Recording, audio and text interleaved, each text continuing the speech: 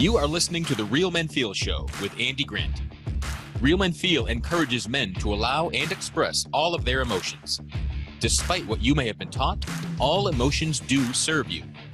Real Men Feel is committed to engaging in discussions that most men aren't having.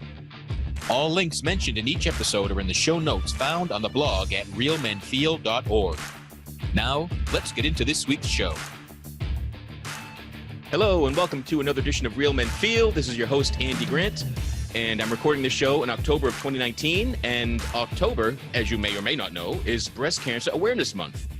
Now, breast cancer is the most common cancer in women in the developed world and in the third world, just globally, with over 200,000 cases each year in the U.S. alone. Now, men can get breast cancer. It's very rare. Less than 1% of all breast cancer cases develop in men, and only 1 in 1,000 men will ever be diagnosed with breast cancer. But it's kind of recently in the news because Beyonce's dad, Matthew Knowles, recently revealed that he has breast cancer. But today's show is about how breast cancer can impact a man's life, how a man can support a woman dealing with breast cancer. And we've got a returning guest. He was on the show, let me see, over a year ago. And yeah, and you were talking about postnatal depression, and it was another something that I didn't know about for men. And so I saw something on Facebook that Darren had shared, and I wanted to have him on this time. And again, you're kind of my go-to guy for things most men aren't talking about or experience, perhaps. But let's get the official, everything official here. So Darren's a communication consultant and creator of Keyhole Leadership, leading with curiosity, courage, and compassion. He's a father to an amazing 3-year-old girl, and I've seen pictures. She is amazing. A mental health advocate and author. So welcome back to the show, Darren. Hello, it's so good to be back again. I love it. Awesome. So I want to get right into it. How I discovered that breast cancer was affecting your life was you had shared a post, and I wouldn't say who from. You had shared a post of someone you care about. And okay. So why don't we start, like, how has breast cancer shown up in your life? It showed up within the last year with my ex-wife, who was diagnosed with breast cancer. She got a rare kind called inflammatory breast cancer, which apparently it's more common in people over 50, usually African-American women, and usually I think you tend to be a little bit more on the obese sides. That's kind of its target market, for want of a better word. And she was like a 31-year-old girl, basically, a young woman, and she got it. And it's a little bit harder to detect. Like, we're all trained, like, oh, look for bumps or whatever, right. And it didn't show up in that way. It was like you'd have to check it, but it just kind of went a bit harder and maybe a little bit mottled. But boobs change so much depending on like time of the month and stuff. It can be hard to spot that there was something real or something you have to investigate. Thankfully, she's very paranoid, so she went to the doctors very, very quickly, and that's how it began. We'd separated. I think we'd been separated for a year, and we were going through the motions of getting divorced, and then the breast cancer arrived. And so how did that impact the divorce? Did it? Well, to a certain extent, it certainly confused matters because we were getting on okay anyway. Like, we'd both done a lot of work with communication anyway. We'd both done a lot of kind of counselors. We'd seen counselors as well. I'm a communication specialist, so we'd been communicating very effectively during this whole period.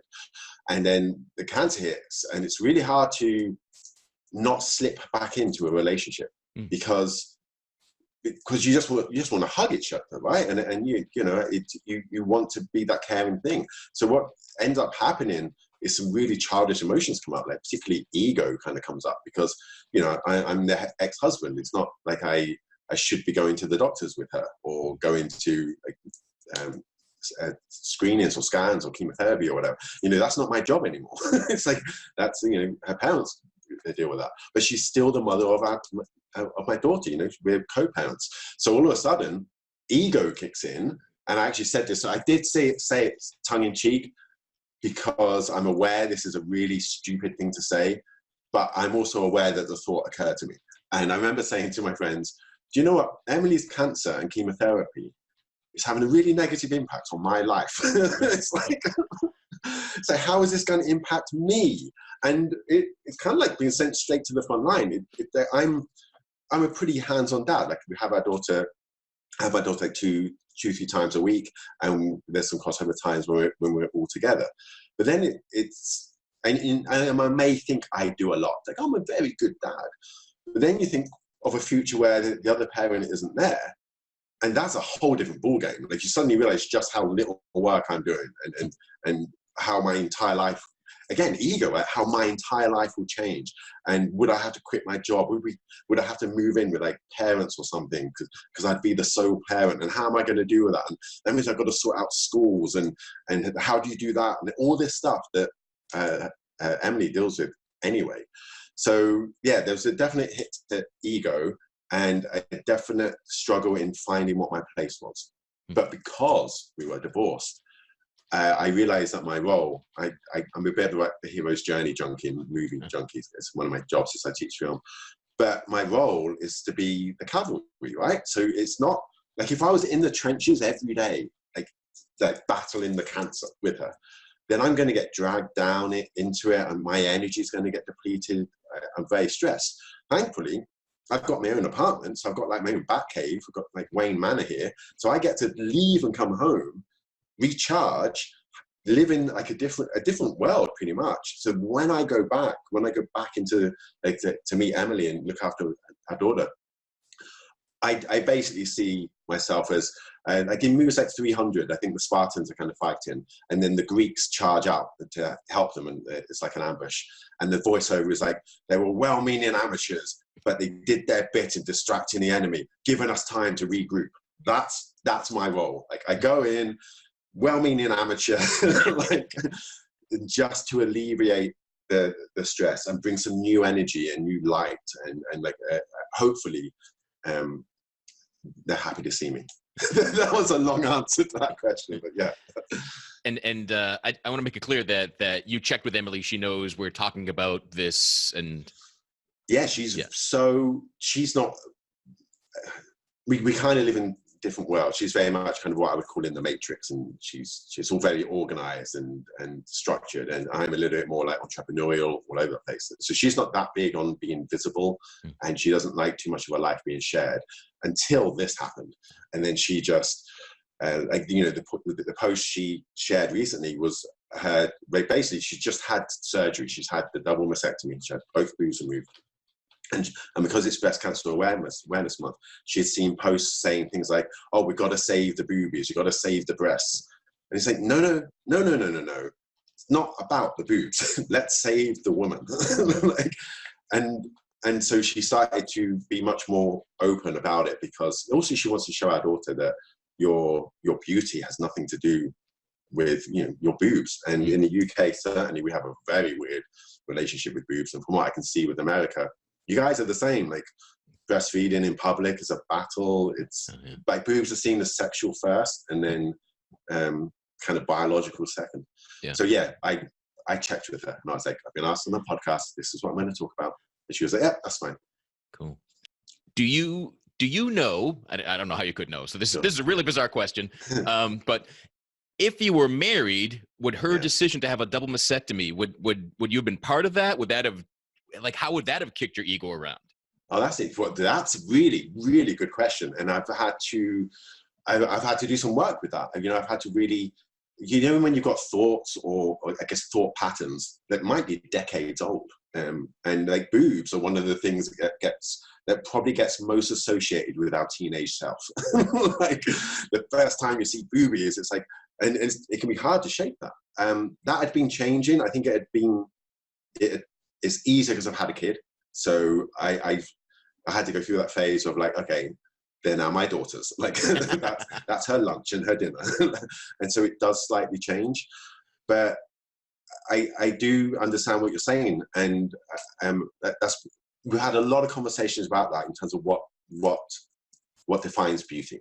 And I know Emily's working through this idea of like, well, is she attractive anymore? And, you know, she's had chemotherapy, her hair's falling out, it's probably a little shorter than mine right now. And she doesn't have boobs. And also coming straight out of a divorce, it's, you know, she was expecting to be dating and having fun and like meeting guys. So that's wobbled her confidence, certainly.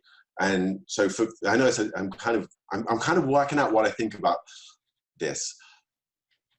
I don't think it would have impacted me at all. I think if we were still married, I don't think, I think I've done the work that I don't feel like, so I have ownership over her body. I don't think I would have been any less proud or like in terms of that idea of having a trophy kind of walking next to you.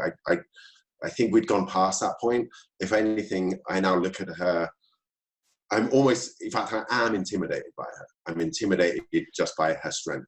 I'm one of those guys who thinks women are stronger than men anyway. Like, I watched her give birth to our kid. It's like, there's a freaking horror movie that I actually got PTSD from and then had a vasectomy, so I won't ever have to see that again.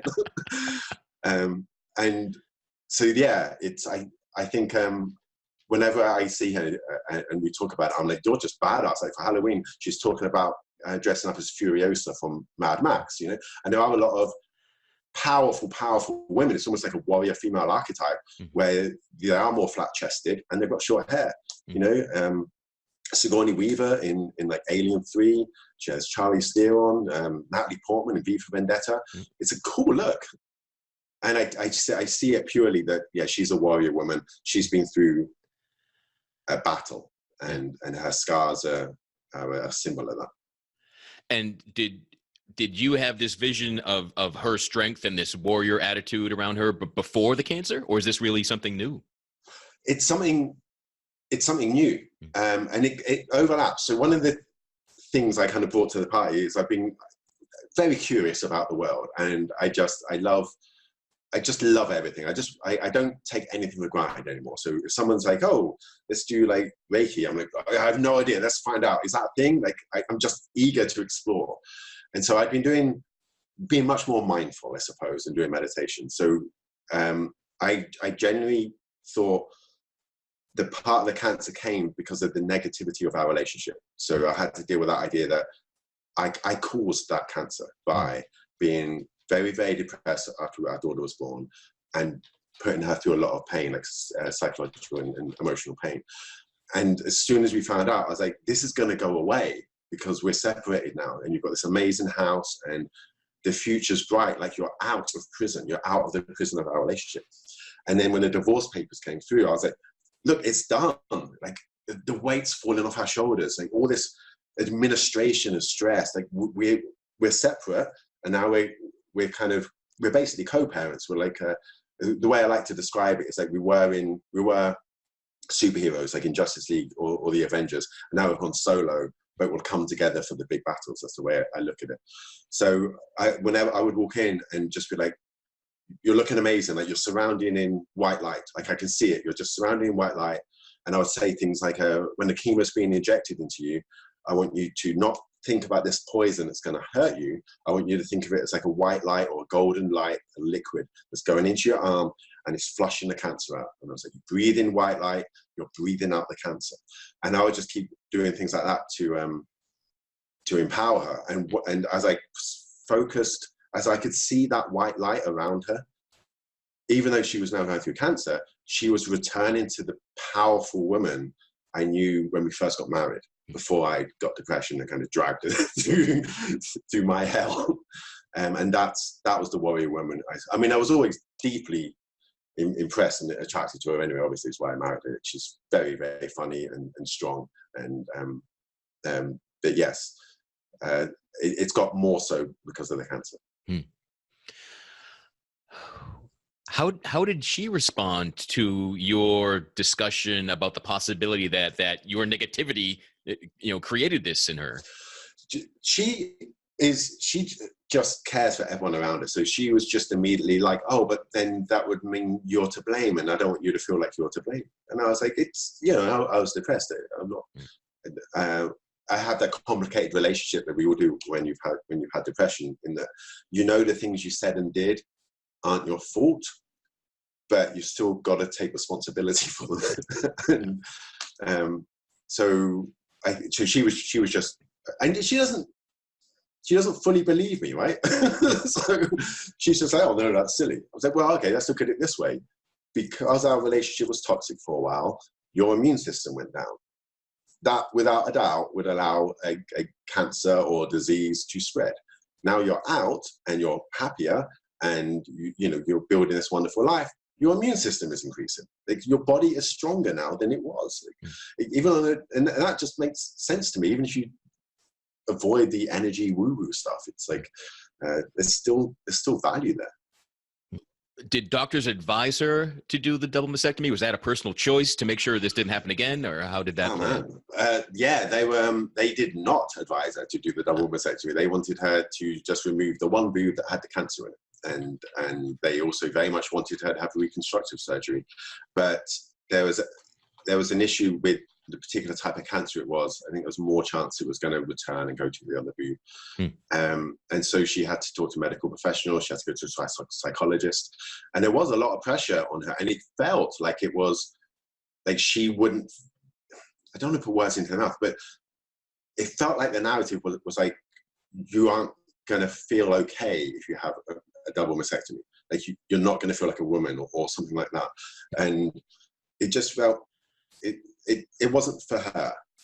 We actually know people who have had like reconstruction and or only had like one boob removed, and that's fine. Everyone's decision is you do the best you can with the information you've got in the moment. But for Emily, it was just like no, it was she just wanted them gone because they tried to kill her, right? And can you? It's almost like an anchor. It would be a continual reminder of a horrible experience. Yeah. So they're gone. So I just want to make sure I've got this. So you were separated but not divorced when she was first diagnosed. Absolutely. Right. And so how long is when was the diagnosis? Like how long? I knew you were going to ask that as soon as we started, and I was just like, when did that? Because it's been like a blur. Yeah, I think it was early this year. Okay. We've done 6 months of chemotherapy, so that would have taken a few months to organise. Or I'm hoping it wasn't before Christmas because it kind of would have wrecked Christmas. But yeah, it's certainly within the last year. And you said this is a very rare type, so I imagine then this isn't something that's been running in her family, or something she was on the lookout for at all. No, I think they have had cancer in the family, but. And she'd had, it's getting technical now. And I know I'm a stereotypical guy and I don't always listen to the things I'm supposed to, but she's had like cysts, they're called, aren't they? She's always had like kind of lumps. And so we've been aware of that and monitoring that. And so it was kind of on our radar, but you still think, it's not going to happen to us. But she did catch it. Like the horrible thing with inflammatory breast cancer is usually you only identify it when it's at stage 4. So when it's like a really horrendous, almost no going back stage. And they'd caught it just before stage 4, I think. And because she was young, younger than people normally get it, the medical professionals were like, look, you're young, your body is strong. We are going to throw every single thing we've got at this. It's going to hurt a lot, but your body can take it. And so, her odds were pretty good. And, when someone says, when she says that chemotherapy is the worst thing that she's felt, and she's given birth and, has bad period pains, all the things women experience that are painful that guys don't, I pay attention. But then that's another tricky, man, probably going to get people messaging you. But the other way I saw my role, okay, here's a really horrible thing that I thought, but that doesn't mean it's true because I challenged it when I thought it.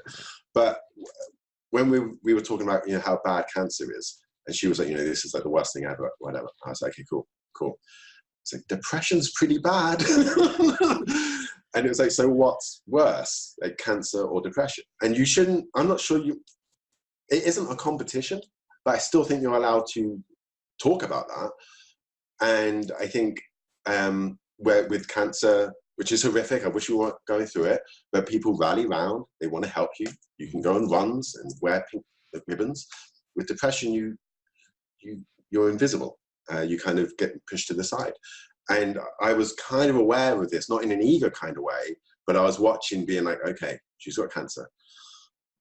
I am freaking Batman hunting the Joker. Like, we are not getting depression. Like, I'm Batman, the depression is Joker. She is not getting taken down. Like, it's not getting me and her. Because cancer plus depression, it's like, I had to keep hope alive. And so I tried to be my best self. I actually gave up alcohol while she was having chemotherapy, because I knew I never wanted to be groggy or kind of not fully there.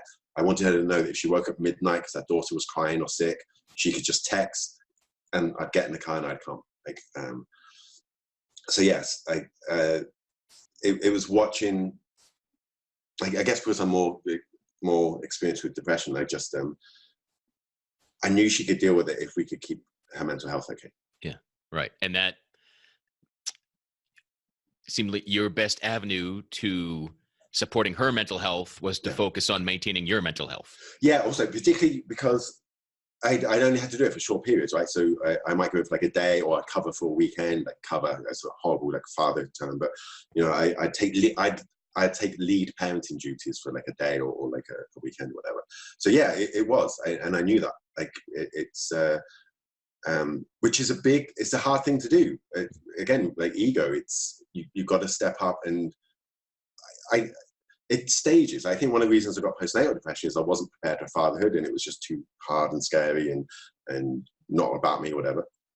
And I thought I'd stepped up. I'd gone from here to here. So, I'm being a good dad now. But then it's a whole other challenge. You say, no, you've got to sacrifice way freaking more than you do. Like, you think you've sacrificed, but there's more you can do. And alcohol was one of them. And again, looking after myself, and because even minor things, like there's so many things to think about like this. But if I get a cold and she's having chemotherapy, like her immune system is so on the floor, she cannot get an infection. Like, she will go to hospital from a cold. So I cannot have anything, because that means then I can't look after my daughter, or I can't help, because then if I infect our daughter with something like a cold, then it just grows and grows and grows. So it's the biggest thing I think we've gone through, when it's probably the biggest thing I've had to like sacrifice for. And I'm saying sacrifice with quotation marks, because it shouldn't be a sacrifice, but and I don't feel bad for it. I don't want praise for it, like nothing like that. But yeah, it's just another way. It's another step up. Yeah, it's one of the ways you supported her. Yeah, totally. Yeah, cool. And I, as someone that's dealt with depression and suicidal thoughts, I definitely get what you're saying, and it's not a competition. But yeah, it's different. Yeah. People don't walk around like, "Hi, I have physical illness." Yeah. Like, it just doesn't. So no one, that's not a label. There's not a stigma about it. But yeah, if you're battling with mental illness, depression, anxiety, anything like that, people want to support you, but it isn't rally the troops. No. It's not. Yeah, it's just I was going to say it's more difficult to support, and it's at least it's different ways to support, and so. Yeah. And it feels like you don't know the way out. At least with cancer, you have professionals, and they give you a treatment plan, and say, okay, you're going to go for whatever it is, a year, 10 years potentially, you're going to have this treatment, we're going to get you better. So cool. With depression, it's like, okay, we're going to try this, but this is going to give you these really bad side effects. So we're going to try this. And for me, I learn stuff all the time, because I'm talking about movies a lot, Andy. This is insane. But I treat depression like the Borg. Like, it adapts and comes back in a different way. And I'll throw like CBT at it, and I'm like, got you on the run. And then it'll find its way through. And it's like, okay, let's get some NLP at it. And then it'll just transform and assimilate, and then it'll come after me. So now I'm trying EFT. And it depending on what guise it kind of turns up in, I need more tools. I'm just always adding to my utility belt. Yeah. Yeah. And that's your resilience. Yeah. Yeah. Which is, again, fantastic. And I don't think whatever any human being is facing, you can't have enough resilience. Like, you can't have too much. So good on you for that. Was there anything that she asked for, any way to support her that you didn't want to do, or because you were divorced, like, I can't be that role? Like, were there any kind of boundaries you had to create? Boundaries, rather? No, not at all. I was really open. I would say things. So something that regularly would come up in our relationship, anyways, is I would say, "Is there anything I'm doing that you want me to stop? Is there anything I'm not doing that you want me to start? And is there anything I'm doing or not doing that you want me to do more or less of?" And that's a fairly common statement I would make. And I, basically I would throw everything out, and she would as well. Like, it would be like, "Do you want me to stop like dating? Do you just want me to?" Because I'll just stop. And we have a discussion about it and whether it's the right thing to do or not. Other than that, no, it was, everything was on the table. There were times when, obviously emotions were high, but you just got to be like open and honest all the time. And thankfully, it's a really interesting thing, because this is another blase. I'm going to get into so much trouble. But sometimes there's kind of benefits from having bad mental health. And I think if I hadn't got depression when our daughter had been born, I wouldn't have done the inner work. I wouldn't have studied ego. I wouldn't have read books like, Ryan Holiday's, like The Ego is the Enemy, The Obstacle is the Way. I'm an NLP practitioner. I've done so much training. My emotional intelligence is at an all-time high. I know tons about leadership. If I hadn't done all that work, we wouldn't be going through this as well as we are. And if she had to get it, the timing was actually pretty good. If it had happened when I hadn't done this training, then it would have been horrific. I just wasn't strong enough. Yeah. So trying to think of, I've met a few people that say this, and I've heard more stories, but I do have some personal experience with people that got cancer, and once they beat it, it's like, that was the best thing that happened to me. Like, it made them wake up and live life and appreciate things more. So is that anything that Emily has shared, anything like that?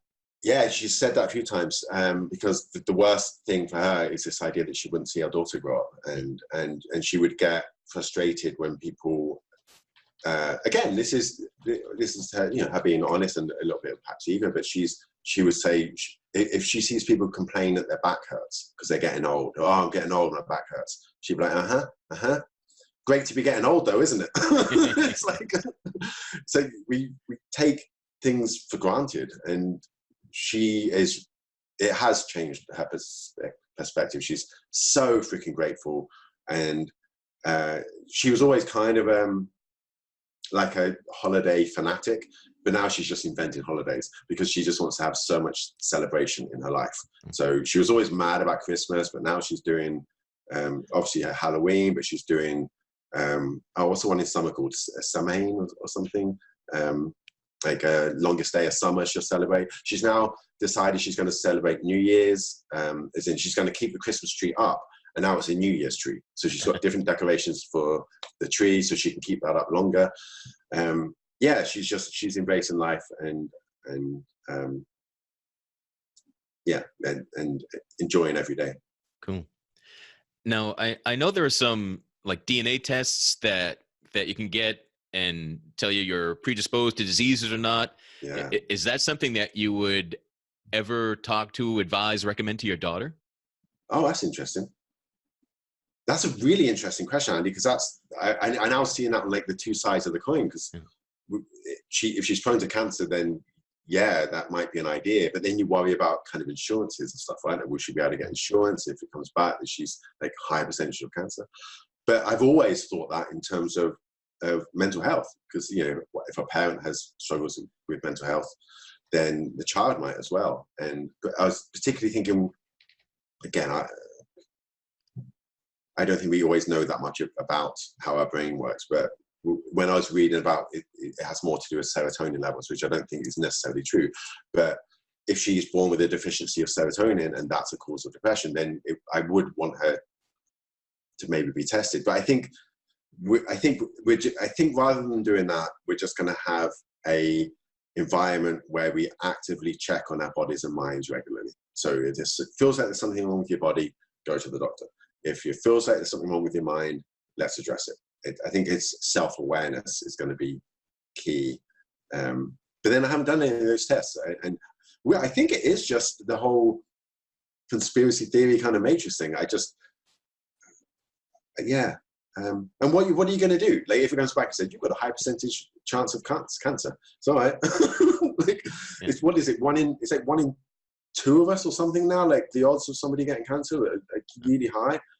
Like, the odds are, sadly, we're probably going to be affected at some point. So I'm not sure what prior knowledge would do to help me. Yeah, yeah. I've always wondered that. For people that I do know, people that have taken those and talk about them and stress the importance and recommend it to their children. But yeah, what's like? Oh, thanks for this gift of something else to worry about. What am I supposed to do with that? Yeah. I'd rather focus on your health and because again, risk factors don't mean you'll get anything. Yeah, it's just a factor. And it's too like ethereal. It's too kind of out there. It's too like it's not concrete. And we as human beings, we're terrible at thinking long term. So like, you could say, you've got a really good high chance of getting cancer, particularly if you keep eating red meat. Okay, cool. I'm still going to eat red meat. It's like I'm not going to. I know I'm unlikely to change my habits until I see like real evidence. Because you always we have that setting. Well, it won't be me. So yeah, I'm not sure even if they said, oh, I've got a high chance of whatever, that I would necessarily change my habits that much until I got scared, until something happened. So I wonder if this rare cancer striking your ex-wife at a younger age than it normally did, has this made you look at any of your own health and risk factors or anything? Yeah, it certainly. I mean, I went sober, so I'm someone who really likes alcohol. I love it. I love the way it makes me feel. I know it's been a coping mechanism for mental health in the past, but I do like it. I'm like I said, I'm a film fanatic, and I'm such a freaking child, man. It's insane. Like when I was younger, I taught myself to like black coffee and whiskey because that's what men drink. That's what John Wayne drinks and Humphrey Bogart drinks.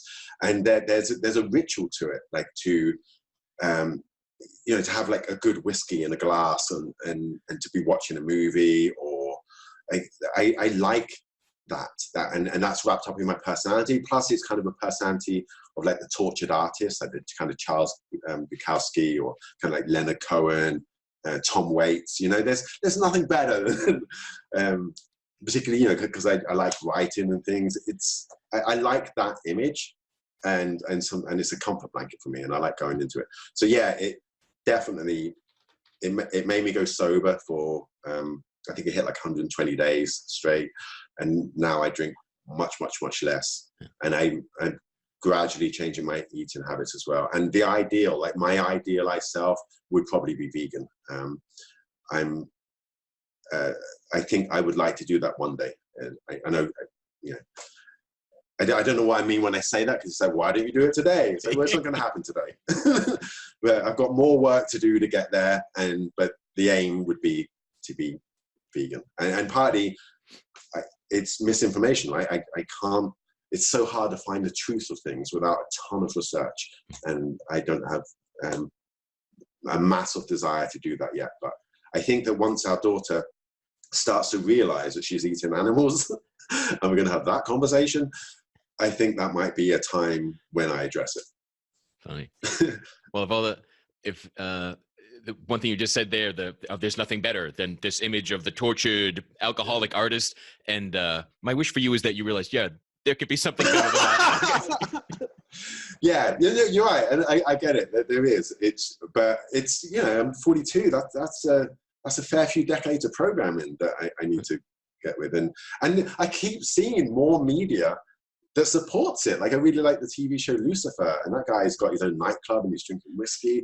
It doesn't matter what I watch. There's guys who are like that. That's fiction. There's not guys like that. It's fiction. So yeah, you're right. I'm just a sucker to media manipulation. Yeah, you want to be in a TV show. That's all it means. Yeah. That's funny. And it's funny, just synchronistically, I haven't had a drink since February. Oh, wow. Through no real intent. And I have not had meat since July. Because someone convinced me, you should try, recommend not eating meat. I'm like, really? And they've both been far easier than I ever expected. Do you find it harder now it's getting colder? Because I always imagine like when it's cold, you want I don't know, meat feels warm somehow, Yeah. like warmer than vegetables. No, I get that. And so I, chicken and fish. So I'm eating a lot of turkey burgers, Right, but sure. and my weight has gone up from this because I don't know what I'm doing. I'm like, not knowing what to eat. I'm like, Yeah. I'm eating donuts and I'm eating crap in Yeah. place of meat because I don't know what to do yet. So I have to really dig in again now the vegan research and find out, or, yeah. And it's, as you know, like I don't know how true it is, but there's some truth that we're the average of the 5 people we hang out with. And if I was in a group of people who are kind of vegan or vegetarian, I would happily just like slipstream in behind them. But right now I don't have enough desire or time or energy to be like the lead car, to be like the pace car and be working out for myself. But, if a vegan like restaurant opened up over the road, I would go there. Yeah, if it's easy to do, it's easy to do. Yeah, that's what it comes down to. Yeah, cool. Right. Do you have any insights into what it's like for the woman to go through a breast cancer diagnosis and treatment? Oh man, it's always tricky when you're like the guy kind of talking about something that impacts women in that way. But from my point of view, I think I don't even want to kind of categorize, but I think in this particular situation, it's terrifying for any parent to think they might not be around to see their children grow up, and I don't know how people like the insight. The only insight I got from that is I don't know how people do that, like the strength they have if they have to deal with their own mortality, and I don't know. I do not know, so I haven't got no insight on this, whether it's better to know it's going to happen, or they say, so if it was terminal and you were kind of given a cut, like you have 6 months to live, I don't know if that's better than it just happening. That idea just even makes me feel sick now. I think the other thing, because it's breast cancer and because the kind of patriarchy is so set up to like boobs define everything, cleavage and everything, then it becomes about images of beauty and whether you're female, whether you're a woman, if you're somebody who's attracted, like hourglass figure, and it's all the little things that you've got to keep that you don't think about. Like a whole wardrobe is set up for somebody with boobs. Yeah. So now she needs to like change her style, like totally. What's she going to wear? And she's got to clear out everything else. So the only insight really over there is it forces you to be aware.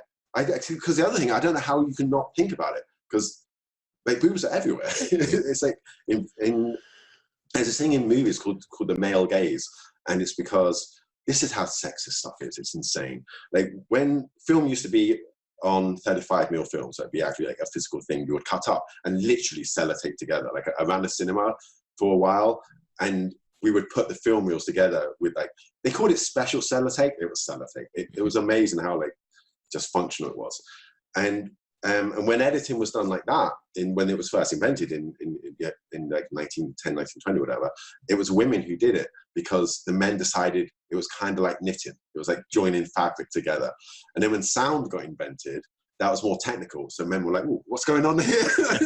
We'll take over from this. So because of this, a lot of like all media has been like producers, directors, cameramen have always been men. And so the cameras, you could see it as being a male. So it tends to sexualize women, and always pretty much has done. The way women are represented on TV is to be looked at, and in films. Still goes on today, except George, going off on a lecture now, but George Miller with like Mad Max doesn't do that, and it's phenomenal.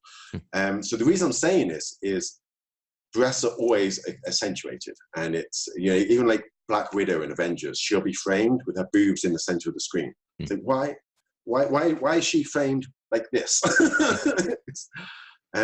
So I think as a woman, that's a continuous reminder forevermore. And then you have comparisons, right? And I've never really bought into the impact on guys. Like if I see an image, I don't know, Wolverine looking ripped, even in the real life, you'll see someone with a six-pack. I don't see it that often, really. I think for us guys, there's a lot of men who don't have that physique on TV. And also, I know how hard it is to get that. I know how hard like Hugh Jackman works, because I don't want to do that. It's like my value is not there. So I know, again, that was kind of a long answer, but yeah, that's where I think it comes down to. I think we're in a society which has a very distinct idea of beauty. We can be aware of that, but I think she's coming face to face and having to deal with it. Rather than being a background annoyance, it's now impacts her sense of identity. And the decision not to do reconstructive surgery. So even reconstructed breasts can get cancer? No, I mean, that was whether she was going to keep one or get rid of both. And she got rid of both. But the reconstruction, the way she said it, she's like, it wouldn't be me. It would be like this kind of plastic or whatever thing stuck on. And the way she described it as well, I'm not entirely sure she would have even had like nerve endings. The nerve endings would have been so she wouldn't even feel anything. It's like, and then so she was just like, there's no point. I'd rather be me. That would just, I want to be fully me, not anything else. Yeah, that's it, exactly. I want to be fully me. And then it's also, well, why are you doing that? And it's like, well, are you doing that because, is it for other people to look at, to make other people feel more comfortable? Or is it about you feeling more comfortable because you need these for your sense of self-worth? And like I said, it was fortuitous that our relationship crashed and burned because we were both engaging with counselors, right? So she had done a lot of work around who she is and her value, as well as a full understanding that she's not responsible for other people's emotions, which was, as any partner or somebody with depression hopefully learns, is they're not responsible for our emotions and the way we respond. So that all fed into that decision. Cool. Yeah, I've never, talking about the society and the male gaze and everything, and the closest I can attempt to correlate the society's presence of breasts reflecting back to women is men and penis size. That's the only close obsession. But the world's not full of dicks looking at me everywhere and making me think of mine. And so it's the closest I can get, but it's not really close. Exactly right. And we have a thing over that, right? It's insane. It's I don't know, because we barely see them. You're right, and they've only recently kind of started appearing in film, kind of like in the last decade maybe, and that's still rare.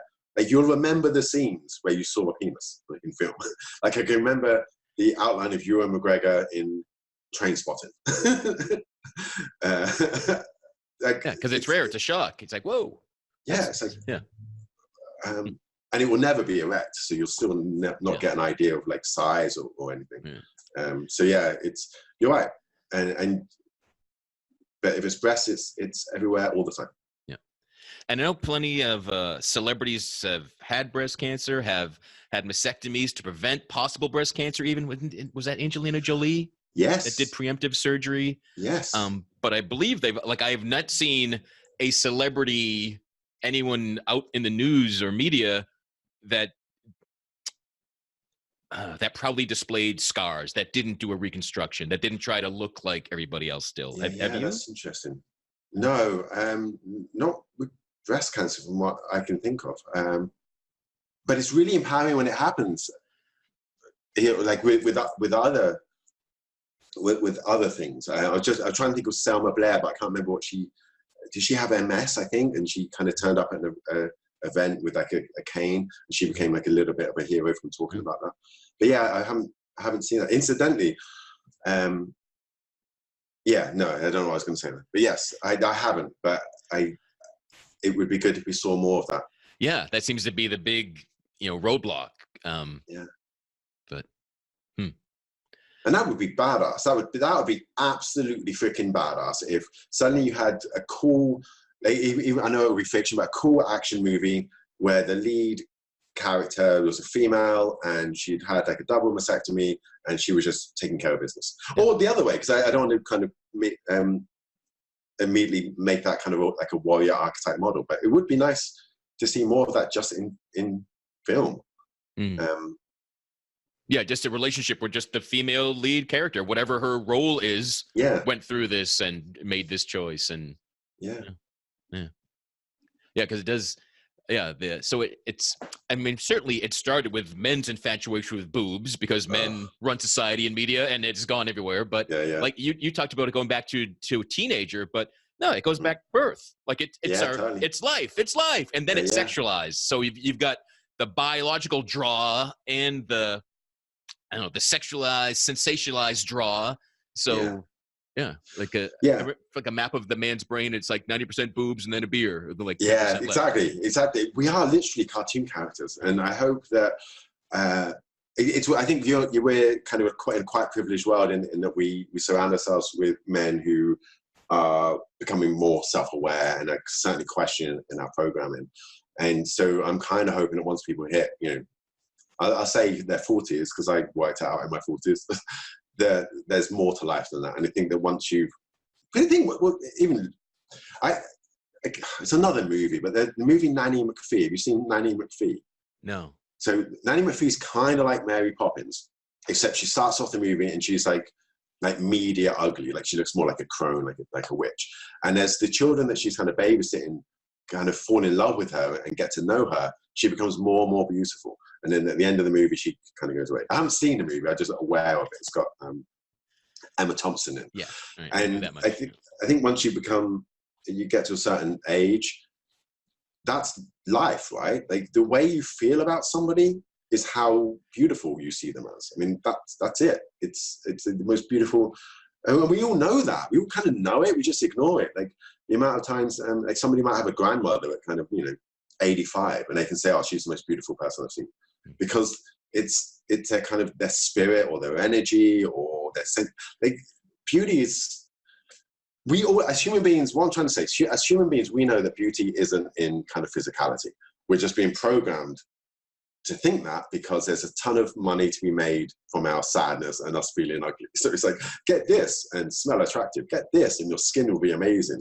Get this because you can't have any hair there. It's like, what? Just selling us crap.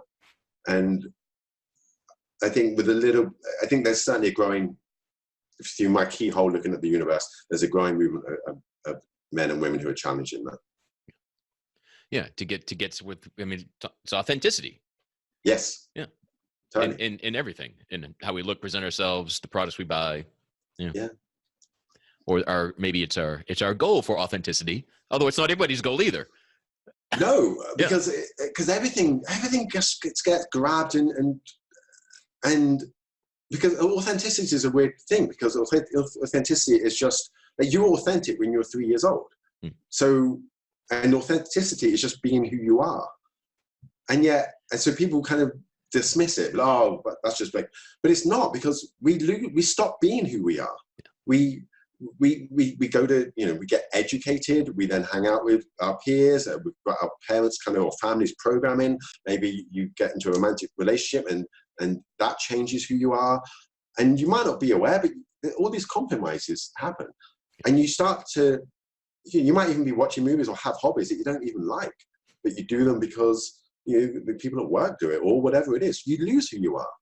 And so authenticity is taking that moment, and it's not even a moment, it's taking a good amount of time and really working out who you are, where your programming is, and turning over all the stones and just being honest with yourself. Yeah. Like I say this to people and my students, that you're going to be racist or sexist or homophobic. Like you are, like it's there.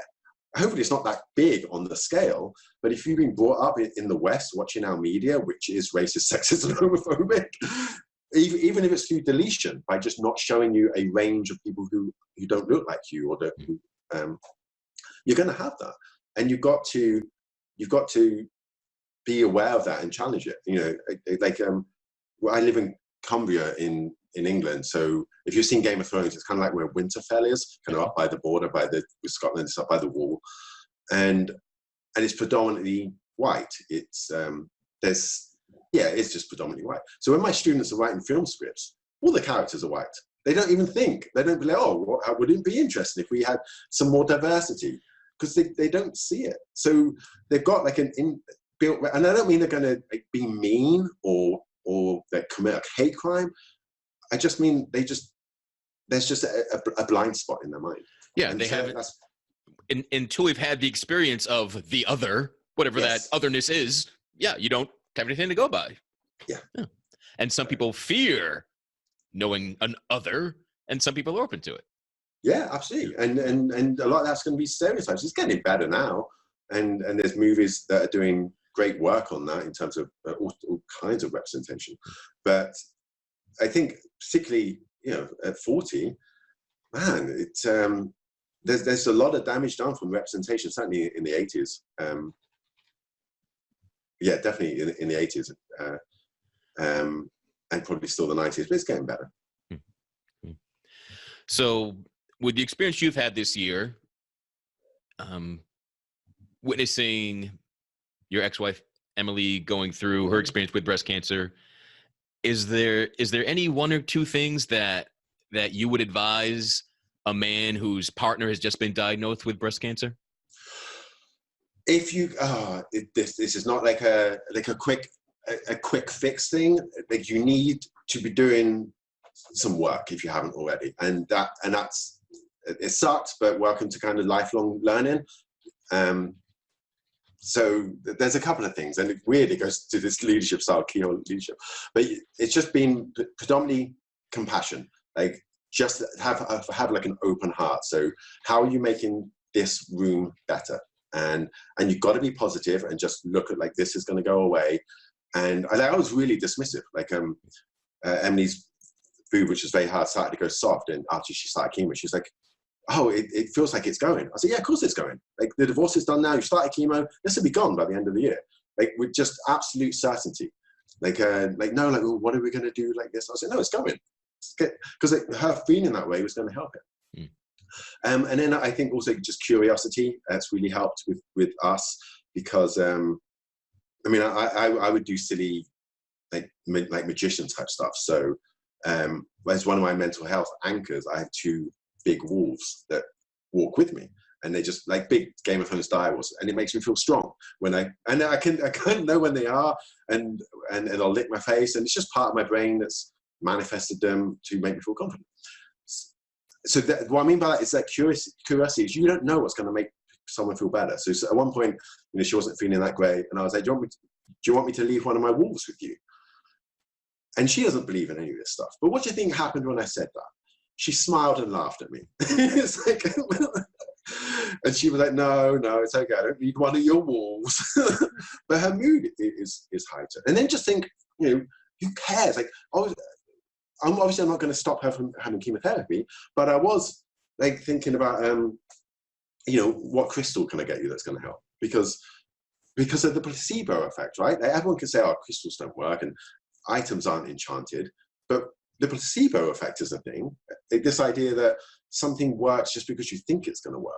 So if I give her, she started getting kind of bracelets and stuff that I put on her, like, this is to help you. This is going to keep you calm. This is going to give you strength. Yeah. She's got a Wonder Woman keyring on a key fob, because Wonder Woman's strong, and it's a symbol of strength. It's going to make her feel better. It's all just magic. That's the curiosity side of it. And then the other part is courage. It's which is the hero's journey, that whole narrative structure that joins all films together.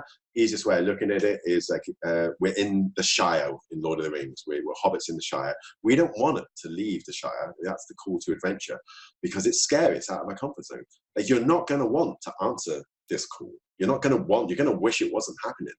And like any hero in any film, you need to armor up. So whatever your avatar needs to be, you need to start being that person. And that can be through like clothing you put on that makes you feel strong. That I certainly find that. It's what allies are you going to find, like, on your journey? Well, who's your Han Solo and Chewbacca and Princess Leia? Like, find them. You're not going to do this alone. You're also going to need a mentor, for sure. So, I mean, that could be the doctors. It's not going to be Gandalf, but you can be doctors. It might be like a best friend who's going to help you. But the main thing is you're going to have to find a new support network, because your wife isn't going to be there for you, because she's going through her stuff. Like, it's now a one-way transaction. It's like, all your support is for them. Get your ego out of the way and go find your own stuff. Like, if you're scared and you want to worry about the worst things, or even have an ego, man, be like, it's totally not fair. I can't go to that freaking whatever football game because I've got to take her to chemo. It's like, that's a dickish thing to say, but it doesn't mean you're not thinking it. Right. So drag that out into the light go find some friends where you can break down or be bitter or be selfish, and hopefully, and they know it's just a rant and they can call you on it if you need to. But that would be my main advice. Like, step up with courage. The hero's journey template is a great template for life. Always compassion and love, because the other great thing about being an ex is she could be quite mean to me, and it was just kind of funny. So she'd be like, yeah, you need to go now. Like, things she couldn't have said to me as a husband, or she can't say to like her family, but to me she's like, you're being an idiot, go. So curiosity, compassion, and then like and courage. They're the three best guidelines for life. Just funny that you mentioned the kind of the easiness of, because you're divorced, there's kind of permission to discard each other a little easier. So do you think this whole battle with breast cancer, did this flow easier because you were divorced? Would it have been a bigger challenge married? Yeah, I think so. I think absolutely. And I think it's because I could, like I was saying at the beginning, I could go in as the cavalry. And to a certain extent, on paper, I don't have to be that involved. Like, I'm the ex-husband. I don't need to do anything. I am also the co-parent. But so I will have some involvement. But yeah, I think being the ex helped, and I think mainly those discussions and the counselling and everything we had to go through to get here, it's what really helped. Just our ability. She already knew my kind of darkest side, and I probably knew her darkest side. So it was definitely easier. Cool. I think if we were still married, it would feel like the cancer was attacking both of us. Whereas, and I think it'd be easier for one of us to falter. I think, but because we were an ex, the cancer was attacking her, and I was just cavalry, like I said earlier. That's the best way I can say it. The way I can describe it. And then you just, and everything, it puts everything else in perspective. Mm. Like, when we were married, you didn't do this. It's like, none of that matters. Like, none of it matters. It's once it gets to life or death, all those little bitterness things kind of, and actually it becomes now a joke. Like, we occasionally we've done the too soon jokes, where she'll say something about, she did one recently, it made me laugh, I can't remember what it was, but it was just like, I was like, I guess I'll just have to start hanging around women who aren't attracted to me, or something like that.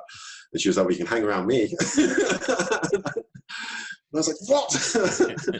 But, when you can make jokes, and even dark humor jokes about anything, that really showing that you're healing. I find. Yeah, absolutely. Yeah, and that's it. Like, it probably sped up the healing of the divorce, because it's like, move on to the next thing. You can't be looking backwards anymore. Right. That wasn't as emotionally important anymore. Now there was a life and death thing ahead of a divorce thing. Exactly. And what a great, again, like, ego slap. It's like, you can, one of the stupid things we do as men when we get like discarded is we use words like discarded. Like, oh, I've been thrown away. Like, and we have this weird thing where it's like, oh, but they belong to me, and they're not allowed to move on. And if I can't have it, no one. I didn't do any of those things, but I, live in the darkest corner of my mind. And then it's just like, wow, what a privilege that I've still got her in my life.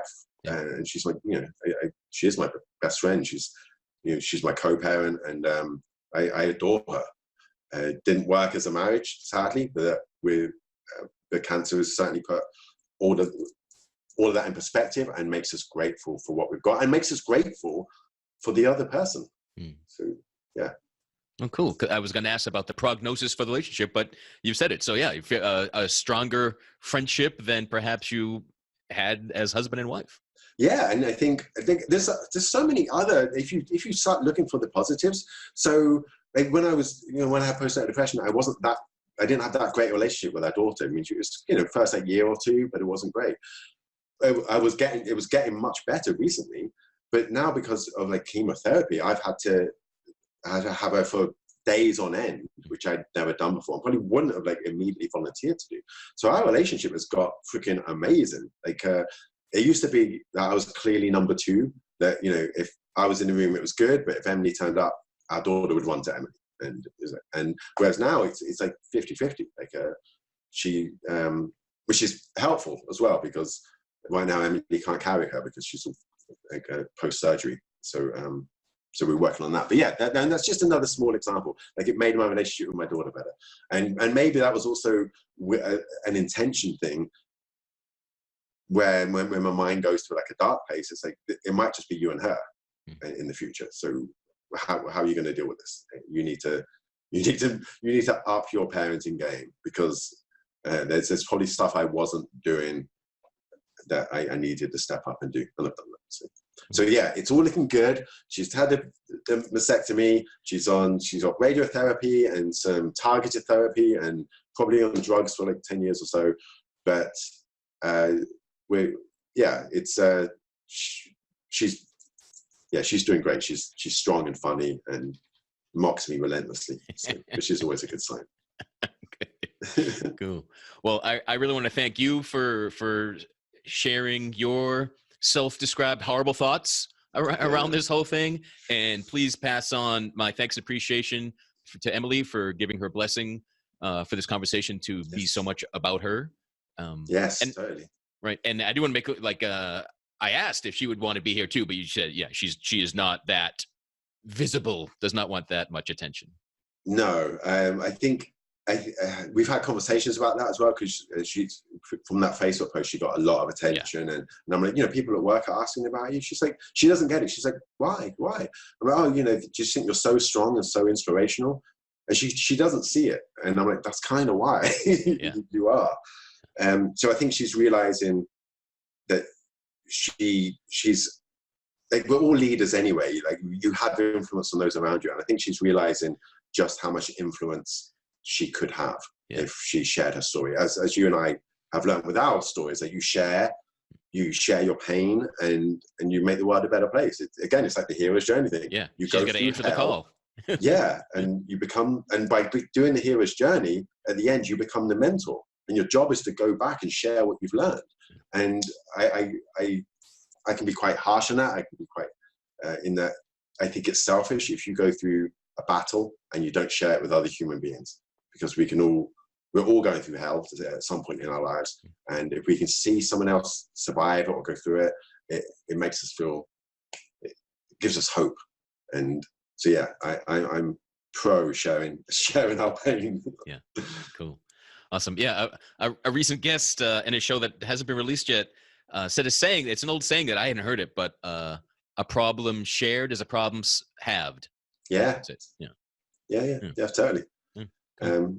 And because there's so much shame, people get ashamed of what they're going through, I've had this like several other times. Like, one of the things happened earlier in our marriage is we had a miscarriage, and I thought they were really, really rare, and never thought it would happen to us. I thought, oh, that's for people who like drink or smoke. Then it happened, and then once we started talking about it, like, people, oh yeah, I've had a miscarriage. Oh, I've had 3 miscarriages. I said, wait, they're that common? No idea, because we all have our little blind spot, like looking at the universe through a tiny keyhole, and we think that this is the world, and there's so much stuff we don't know. Yeah, totally agree. Cool. Well, where can people get in touch with you, learn more about you, give you shit for some of your things you've said? Oh my God, yeah, that could well happen. I'm on most social media as the Darren Horne, so Facebook, LinkedIn, Twitter, Instagram, and my website is darrenhorne.com. Horne has got an E at the end. Other than that, it's just Darren Horne. Beautiful. Well, I want to thank you again. I love my conversations with you. You bring an honesty and movie metaphors. I think we definitely have set the record for movie metaphors in this show, references. And I'm a big I love movies, so that works for me. But good luck to you in your own I don't want to say battles. Just in life. Right. And allowing a better picture than the idealism of the alcoholic writer. I wish you a better a better avatar than that to pursue, perhaps. Yeah, that's what I need. Yeah. Cool. And for everyone listening, thank you. Wherever you're finding Real Men Feel, give a subscription, a comment, a like, a share. Tell someone else about the show. Get in touch with me if you want to be on the show. If you've gone something and you want to share your story. If you've had a heroic journey and you're ready to become the mentor, step up. And until next time, be good to yourself. Thank you for listening to Real Men Feel. Reach out to us at realmenfeel@gmail.com. Learn more about Andy Grant at theandygrant.com. Until next time, visit realmenfeel.org or the Real Men Feel Facebook group and share what you thought of this episode. Please give this podcast a review on iTunes, Google Play, or wherever you are discovering Real Men Feel.